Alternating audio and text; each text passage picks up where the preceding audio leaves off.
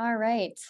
Good evening, everyone, and welcome to Canada Basketball's Women in Basketball Month virtual event called Growing the Game, and this is presented by Penny Appeal. We are so excited to have everybody on today. My name is Cailey Theos, and I am on the brand and partnerships team here at Canada Basketball. And tonight is my pleasure to be kicking off this amazing event. I would like to start by acknowledging that while we are gathering virtually and from the lands of many different nations, the Canada Basketball Office is located on the traditional territory of many nations, including the Mississaugas of the Credit of First Nation, the Six Nations of the Grand River, the Haudenosaunee, the Huron-Wendat, and the Anishinaabe people. Tonight, we are here to celebrate all things women and basketball through many different lenses. We are going to be hearing from 14 prominent and influential women, from players, coaches, officials, and executives who have all made significant contributions and are influential in basketball across Canada and globally. So it's my pleasure to introduce Sheron Lau, who is going to be moderating the first panel of the night. Sheron is the chair of the Canada Basketball Foundation, and we are honored to have her here and to lead our first panel. Sheron, over to you. Thank you so much, Cailey. It's an honor to be here. What an exciting month it's been celebrating women in sport and women empowerment. I'm honored to welcome this amazing group of women to our panel to discuss from court to community. These women are definite game changers. Again, thank you for the introduction. My name is Sheron Lau. I am the chair of Canada Basketball Foundation. In addition to that, I run an organization called Jump for Hoops, and I work as a full-time senior wealth advisor with Research Capital. Today, I'll be introducing, this session, actually, we're gonna be joined by 4 amazing women who are passionate and committed to growing the game within their communities. The conversation will shed light on the journey to create sustainable community basketball programs and the role of basketball in promoting social inclusion. We're encouraging our audience to use the chat function to send us any questions.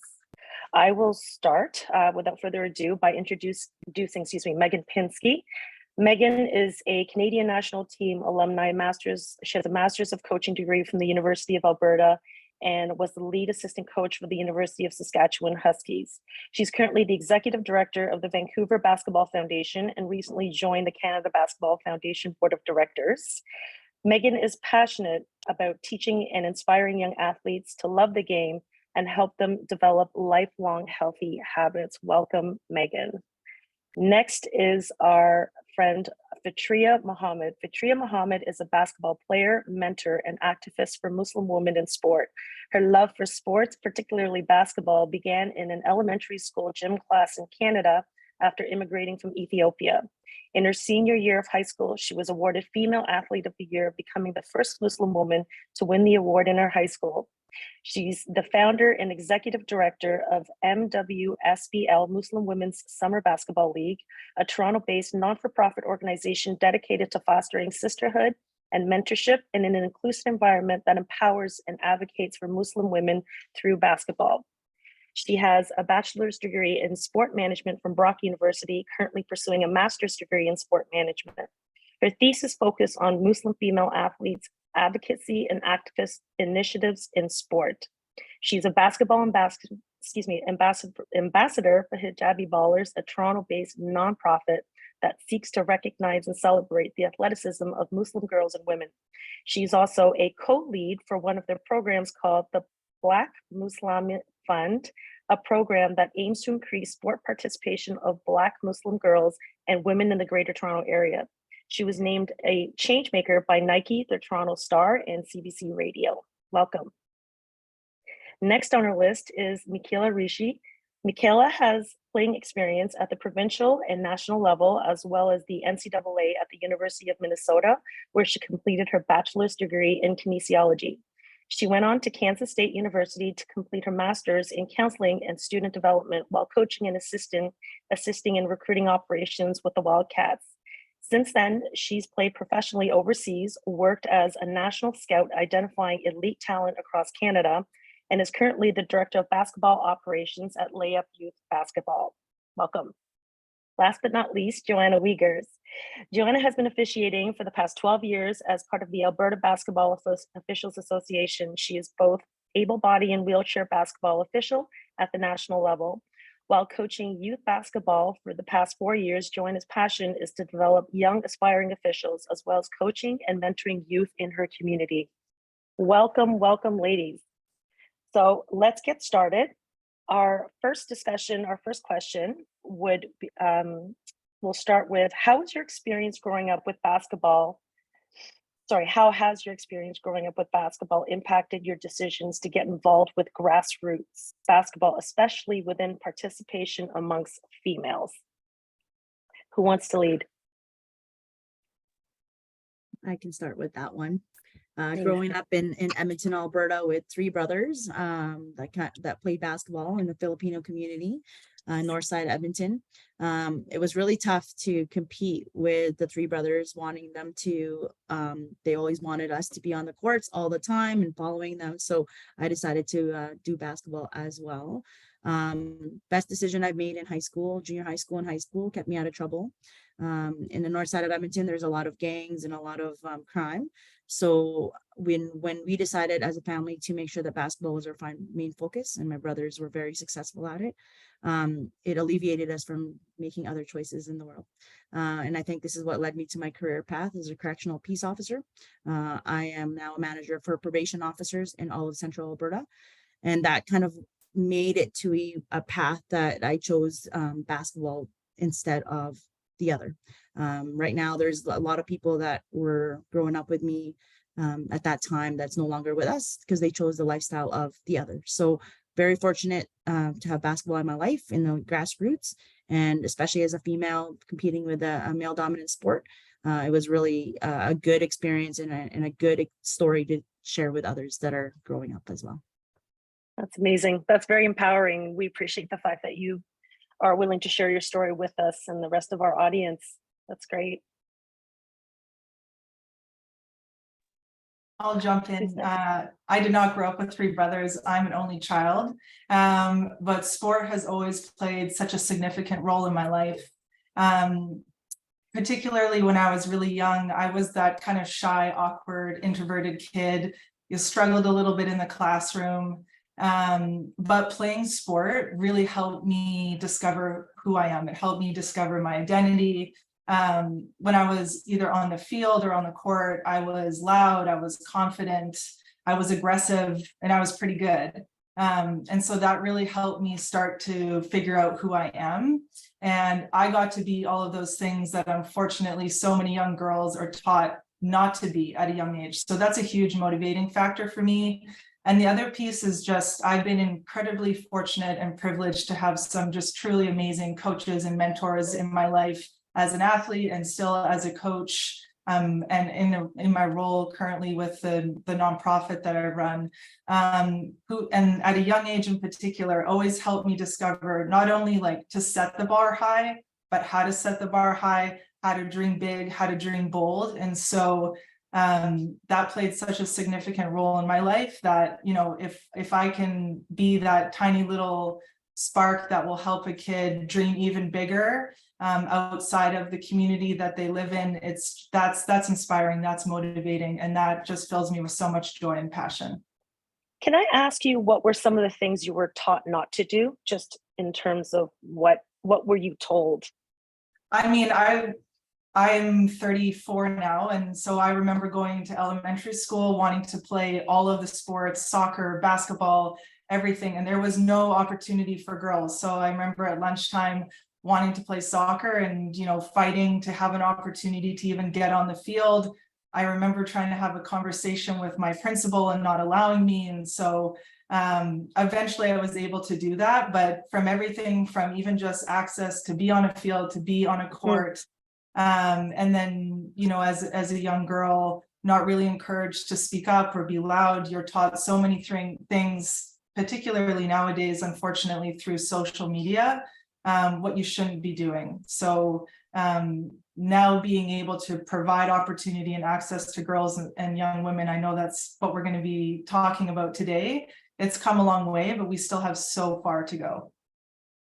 Agreed. That's amazing. Thank you.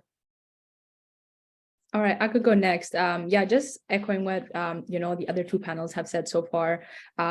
Literally basketball did so much for me, and I came to Canada when I was 10, and I felt like basketball was a way for me to integrate into the Canadian culture, because when I came to Canada in gym class, literally the gym teacher was just like, any girl that's here, you got to participate, or you're going to lose your mark. But so for me, it was a way, like from there, it was just like an introduction, but like eventually when I got to high school is when I fully like fell in love with the sport of basketball. And just because of how much the sport did for me, I wanted to do something, for my community along the way. Like eventually, like at that time, I really didn't know what the sport is doing for me, but reflecting on it now, and the skills and, the amount of opportunities that has come from the sport for me just along my journey, and just discovering so many things about myself along the way again, had kind of made me like realize that, hey, like I definitely want to do something for my community, because I don't see other people that look like me in these spaces.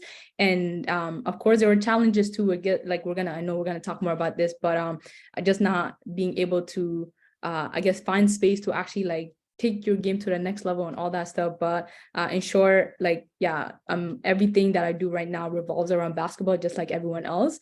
And I feel like I'm truly thankful to that coach and that teacher for ensuring that like I actually tried the sport, because I can't imagine my life without basketball, and literally everything revolves around basketball. So yeah, I'm excited to just get it, in depth with everything else along this conversation. But yeah, in short, that's basketball is everything.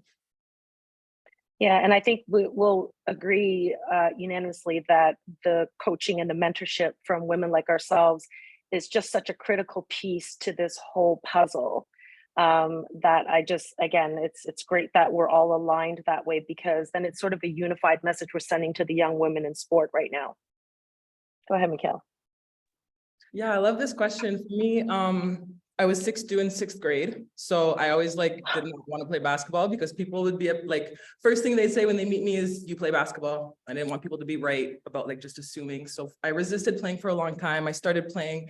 I think for me, like the difference that it made as a young age, being so tall as a girl that was so young, growing up in Kingston, Ontario, right? That was a whole next challenge in and of itself. But the big thing for me was the encouragement and empowerment I had from my brothers. So I'm a middle child of 2 brothers. My coach, shout out to Coach Andre, who's at Louis Riel. There were moments where I wanted to quit the sport, even after starting and being good and seeing that I could go somewhere with it, where I just didn't want to participate. So that encouragement and that support that I had from the men in my life at the time, and some key women as well, just really kept me in and around the game. And to see where it's taken me now is just unbelievable. So I really want to be involved in the community to let girls know that, if you love the game, it'll love you back, and that there's so many ways that you can get involved beyond playing, beyond coaching. So just really making that evident and possible for girls in the community is a big passion point. No, and thank you for bringing that up too, just in terms of the importance of the roles that men play in the lives of girls in sport and women in sport. I think it's equally important. And I think we do all have to come together to support one another. So thank you for bringing that up. That's amazing. What a great start. Look at you ladies go. All right, on to the next. So when did you realize you wanted to become an advocate for women in sports? In the sports world, specifically for young girls in the grassroots level? Like, at what point did you feel, oh, wait a minute, maybe I have something bigger that I can contribute? I'll start. I think for me, it was when, and I see this a lot with women, is they kind of self-select themselves out of like these opportunities and have this piece of like, oh, I don't have anything to share. For me, there was a moment where I kind of realized that my common sense was new to other people and was new information to other people. And so that piece of realizing that like, oh, maybe I do have something to share. Like maybe someone does care about my lived experiences. And for a long time, it was kind of that piece of like, nobody cares, just keep working, or you know what I mean? So I think that the point where I think I was leading a camp to girls and had a little moment where I actually took time to speak to them, right? Instead of just getting right to work, and seeing how much of an impact that just speaking portion had, and to see that like what I think may be common knowledge isn't, and does help other people. That was the moment where I was like, okay, maybe I do have something to offer in this space, and maybe I can contribute to younger people. Yeah, and do you feel that just perhaps that we've been sort of silenced for so long that we're almost afraid to express our common sense, which is just like common knowledge to the rest of us, but we're not, invited to speak up about that? For me, I think my aha moment was when I had my child, my one and only child. At age 32, that was kind of later on in my life that I wanted a family. But basketball didn't start for me then. So basketball started to me post pregnancy. So I was kind of interested in basketball, but didn't really get into it too much. And then after I had my son Theos, I just wanted to do something more for basketball. I fell in love with it. As growing up in my family, it's always been in my family. So I knew that I couldn't play anymore. I was getting in that age, and I knew that sports was always in my family. So I knew that my child would eventually be playing sports in whatever capacity that would be. As we all know, women have to choose oftentimes between career and life and family, and because we bear the child and we have to, take that responsibility on. Some people don't make that decision. It's very hard to, or they're not able to, or don't give that opportunity to get that coming back to the game.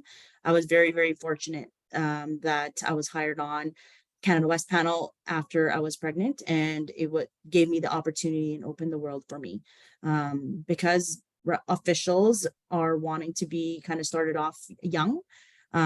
I want to be that advocate for people that even if you do start young and you do decide to have a family, that you can come back and still be very successful, and still be able to do both and balance life, work, and everything else, and children, and still be able to do it and be successful. So I'm hoping that can be something that I can advocate moving forward.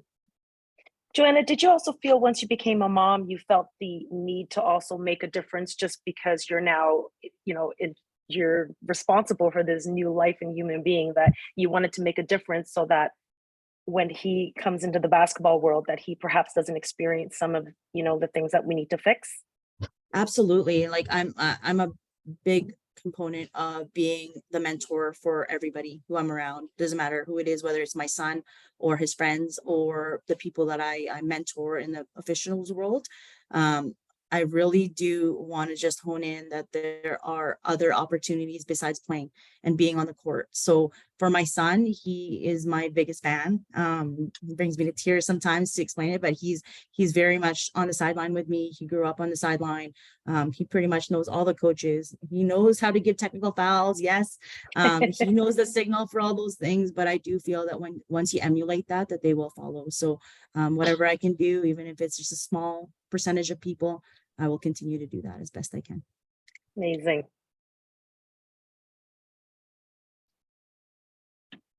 For me, I always knew I wanted to have basketball and coaching to some extent always be part of my life. I didn't always know how it would fit in.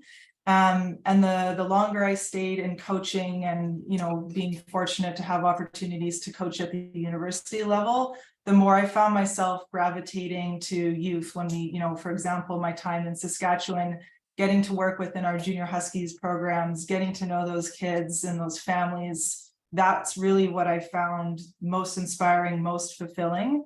And then, the other side of that is having teammates and friends and some of the youth that I've been working with that have struggled in sport, where it hasn't been a positive experience, where mental health does come into play, or potentially you lose or you drift away from your love and your passion of the game.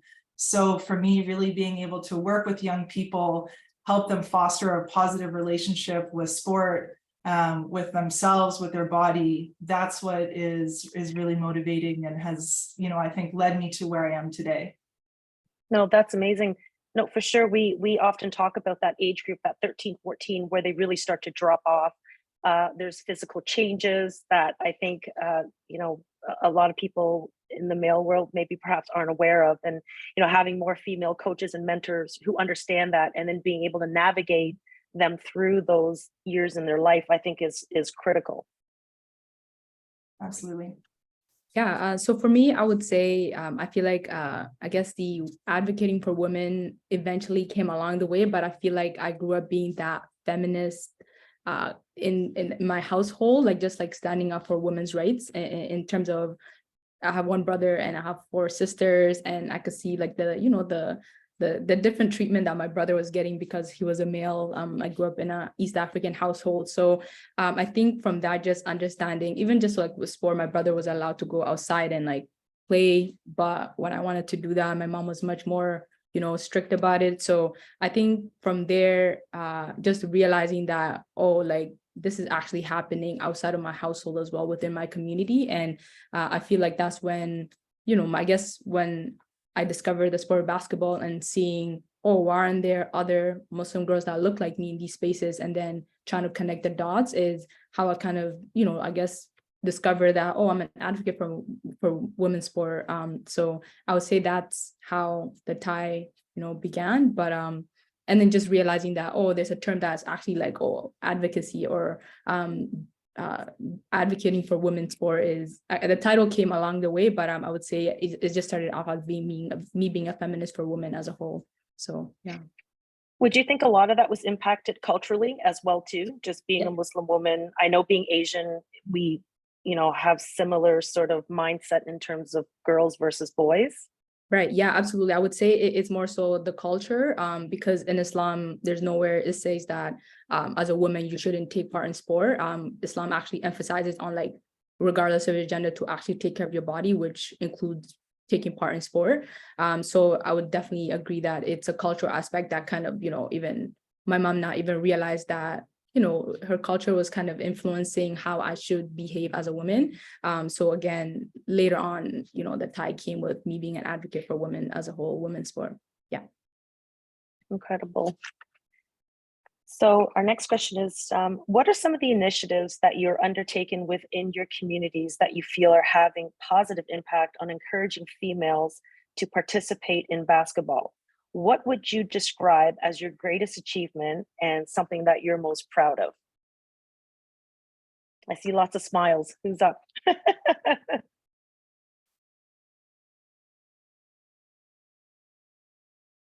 Okay, I'll go then. So yeah, at the beginning of the month, we actually, with Hijabi Ballers, we did our first MWSBL x Hijabi Ballers first annual tournament. I feel like that's it's a goal that we, for a very long time, we wanted to just bring the community together. So this was an opportunity for our community to come together to play the sport of basketball while also connecting with one another.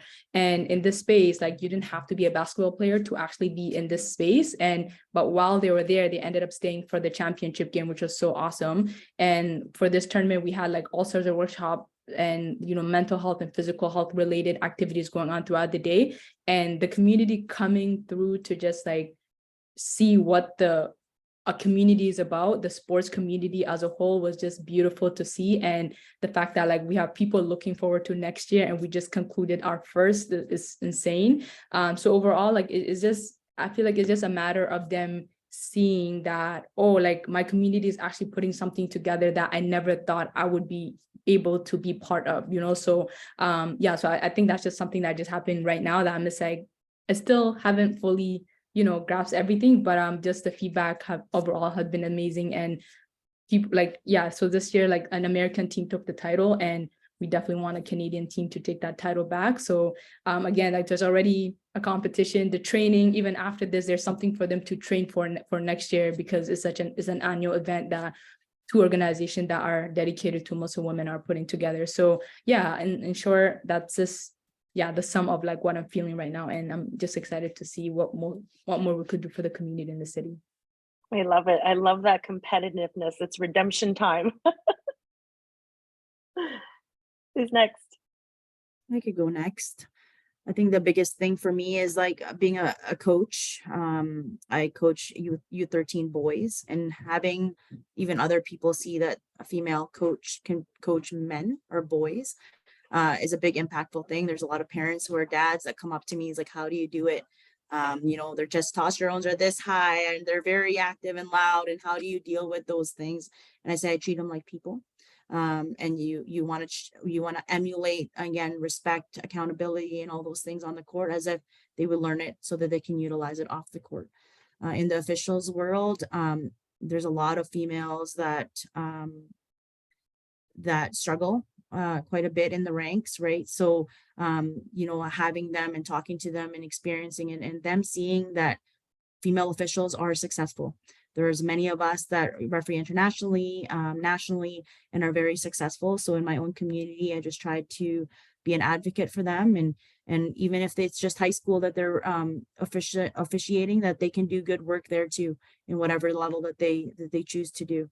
But if once they see you on the court, they know that they can do it too. So I think just having, you know, working hard for myself to be at that highest level I could possibly go to, and then having people come and watch and be part of that process with me, and also being part of the successes and the failures. So you learn a lot from successes and failures, and mostly failures.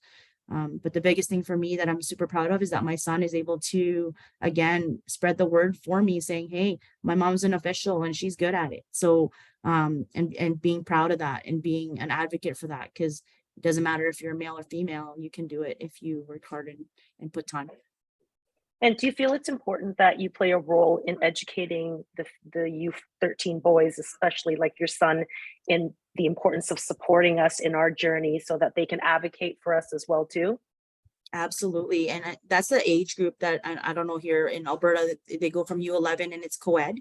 So it's mixed boys and girls. And then that's when they transition to kind of segregating between boys and girls teams because of the separation. And to me, that's just like, hey, you played with girls and you played with them just the same, just last year. Don't treat them any different when they're on the court with you or off the court with you. So yeah, I advocate respect. I expect that from them, but I expect that for myself as well, as when there's challenges with male counterparts or other female counterparts. So when they see it, they emulate it. So I'm a believer in that. Yeah, for sure. I'll go. So with Layup, we have our Sky High program, which is for female identifying participants. We collaborated with Makeway to reimagine it. And it was the female participants, our coaches who coached the girls, who were a part of that like reimagination process. So to be able to have like a for us, by us, female identifying basketball program is really awesome.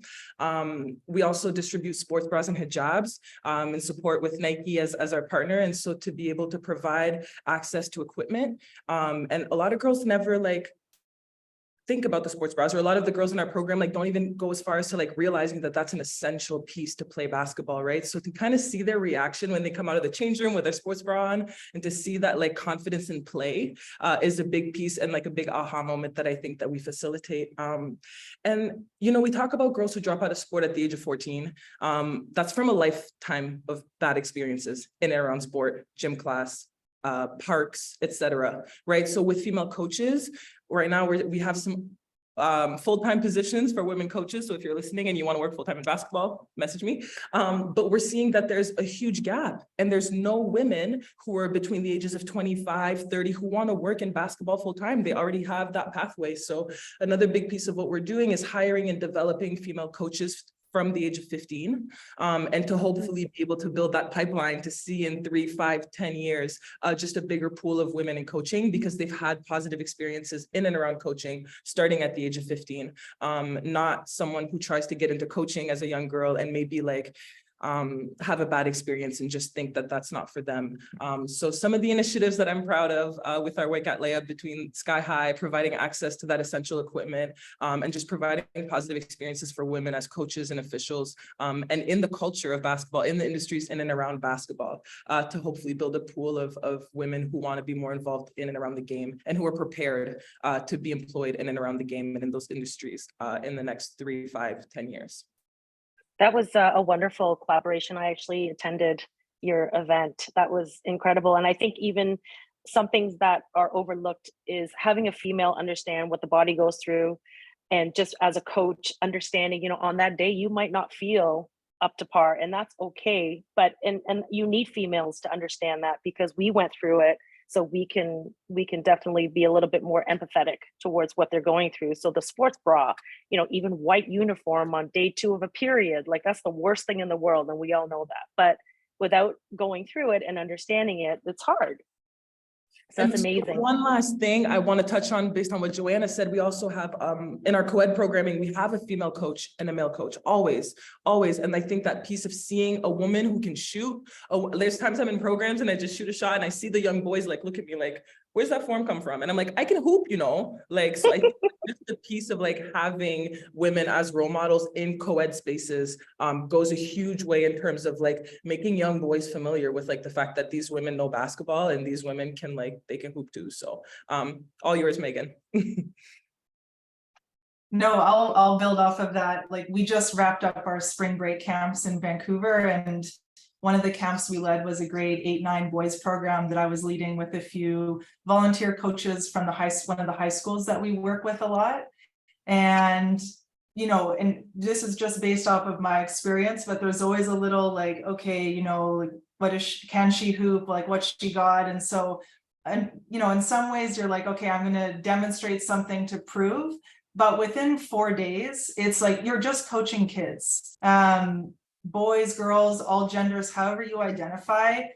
If they're passionate about basketball and you're passionate about basketball, you treat them with respect and you help them get to where they want to go.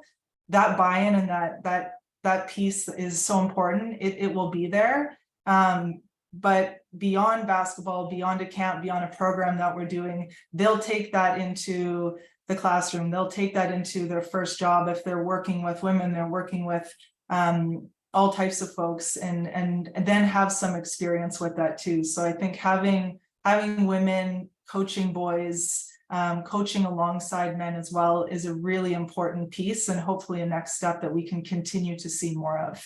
I'll be really brief, just addressing the question. Through the Vancouver Basketball Foundation, our founder, Mark Starkey, he also runs a creative agency called Victory. So we're really fortunate that all of the programs and the events that we run, we're able to leverage some of those really like brilliant creative minds who can come and provide content capture for families and guardians if they can't be there. You know, same thing with Micaella, like we'll provide sports bras or jerseys, and they're customized and they're beautiful, all things that are not within my skill set. So that's why collaborating, working with partners, community is so important. But then also being able to tap in and leverage some of the brands that they work with. So, you know, for example, bringing in Slam Canada, or we've worked with the W before. You know, we've worked with Nike Sports Camps Canada as well. Those are all experiences that we can take to the grassroots level. And so it's a program, but then, you know, you're walking away with a sports bra and a jersey, and you've, you know, got a Slam Canada magazine, signed by Kia Nurse, like really elevated experiences for young kids that may not even know who she is, but they certainly do now, is a really fun, exciting part of my job. And then something I'm really proud of is we run in partnership, we support running a women's league. So that women's league has existed for years and years, and just recently we've joined in a partnership with them. But over this past year, we've removed the W from our league. So it's just called now Strathcona Basketball League. And so intentionally making the choice to always challenge ourselves. How can we be more inclusive? How can we be safe? How can we open up our doors so anyone feels like they can join the league and play? And so by doing that, you know, I think we're able to open doors for trans folks, for non-binary people to feel like they belong in a league, or certainly can come out and try. And then an extension of that, from talking to so many folks in the league who, you know, like I alluded to before, maybe fell out of love with basketball, had a negative experience, but are, you know, courageous enough and willing to get back on the court. I've had a lot of people come up to me like, hey, we really want to train, we want to be coached, we want to work on our skills, which to me is amazing, because as a coach, as an athlete, as a human, like we never stop learning, we never stop developing. So through the foundation, we created a program called Breakfast Club that's specifically for women and all folks 18 and plus to come in on a Saturday morning. And usually it's me putting people through different skills, and I'll jump in there as well. And if we have time, we play 3-on-3. But that's been such a positive experience for everyone, and even for myself, like starting the morning off in a gym with a bunch of people that want to be there, who truly love the game.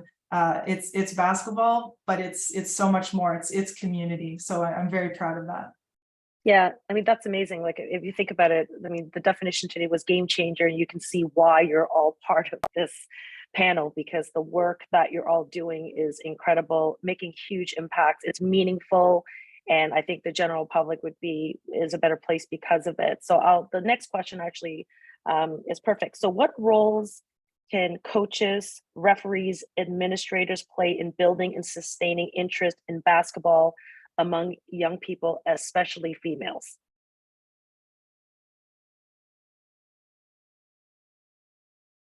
So Go ahead. you go. Okay. Okay, so I think from like an administrative standpoint, I think it's wonderful to have days and months where we celebrate, like Canada Basketball has continued to do, and it really highlights and celebrates women in sport.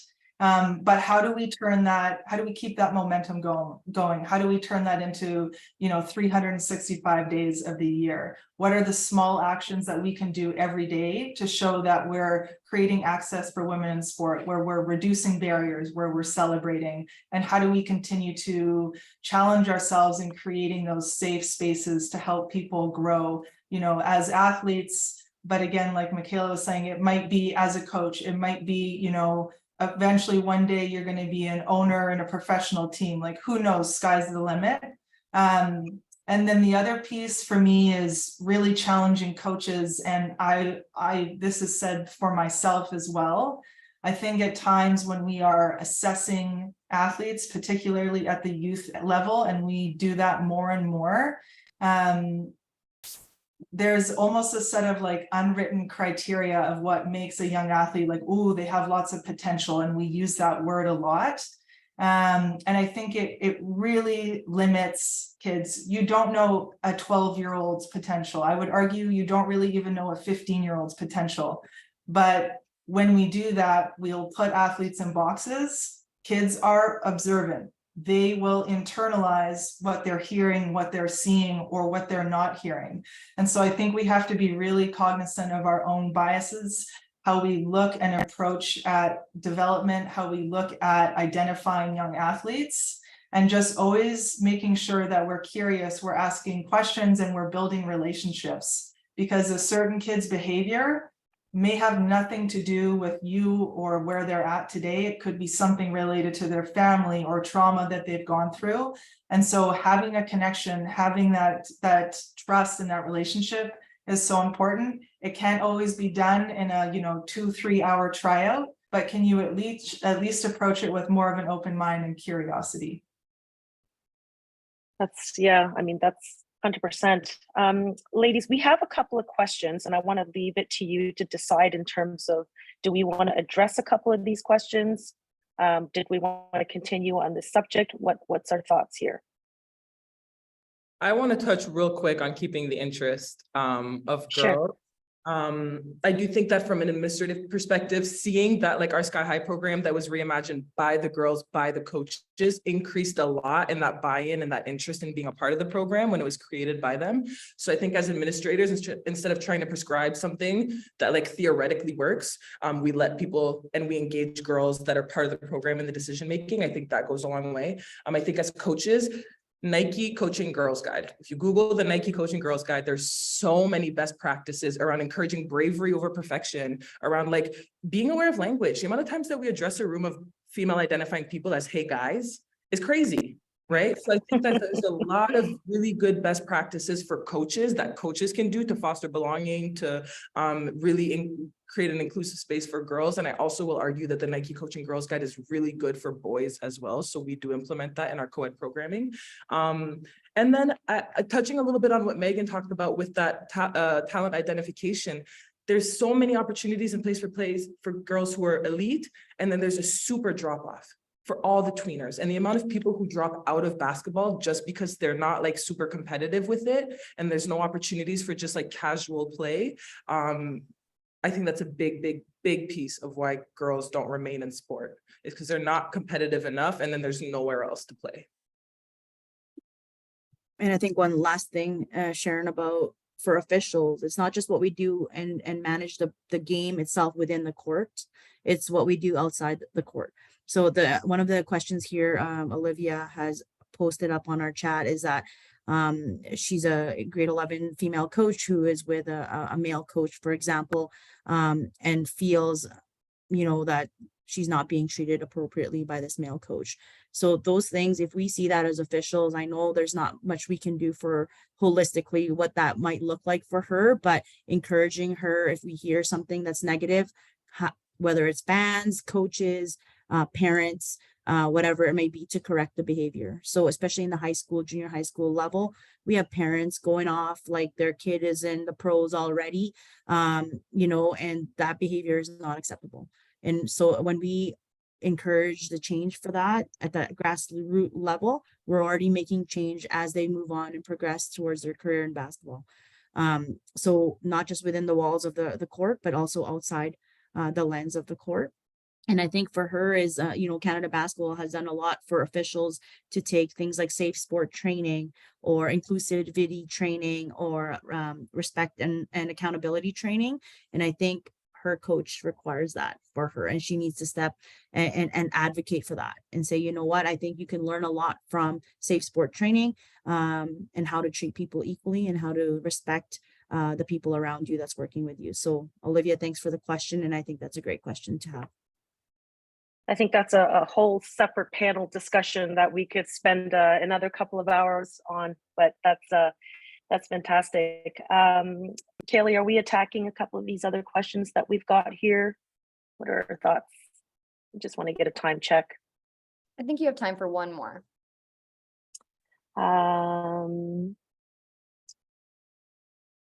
Oh, this might be a good one for anybody on this panel who might know. So my question is, how can someone with no experience working in the sports industry find a job or career in women's basketball? Any resources or websites for finding work or volunteer opportunities? Micaella, you want to lead that one? Layup. Shameless recruiting. I think we have an approach around like, if you love kids and you love basketball, you're a coach, especially for women, because so many of them self-select out of coaching. And like, we can teach you the X's and O's, we can teach you the basics, but around the intangibles that make a great coach, those like non-measurable things, there's a lot of times that people don't look at those as essential criteria to be a coach. So I know that a lot of women coaching opportunities, you need previous experience, you need X, Y, and Z. I don't know where this person who's asking the question is, but that's something that at Layup, we definitely, you don't need previous experience. So I would encourage you to look at how you can get involved in your club, but also being like super persistent with like the attributes that you do bring to the court and to being a coach that may not be the X's and O's and that like strategic mindset necessarily. So if anyone else wants to add. I feel Go ahead. I was just gonna say, literally the best way to get into the sport of like the sport industry is volunteer anywhere that you can. Even just speaking from personal experience, any volunteer opportunities that were basketball related, I did it, and now somehow I'm running a nonprofit organization. So I feel like the community is so small too. Like once you volunteer for one organization, you're gonna continue to see the same faces at like literally everywhere you go. So if you see like Global Jam, for example, Canada Basketball, I'm not just doing a little promo here, but I'm sure they're looking for volunteers as well. So yeah, just anywhere you could find, just any volunteer opportunities that pop up, take advantage of it, because the circle is super small, and then you never know, that could lead to a career in the future. Yeah, I'll just Amazing. I saw you from Vancouver, so don't feel like, give us a message you can go on our website or on Instagram, and I'll probably be the one reaching out to you. I think the other piece too is it sometimes can be intimidating of where to start. And, the basketball world is small, but there are a lot of clubs and there are a lot of programs, which is wonderful. So I think like spend a little bit of time, do your research, if what you're reading and what you're seeing on social, starts to align with your values, don't be afraid to just like be courageous, be bold, reach out to them. The worst they can do is maybe not answer you or say no, but that next person might. So that's my biggest piece of advice, is don't be afraid to ask, to be in the room.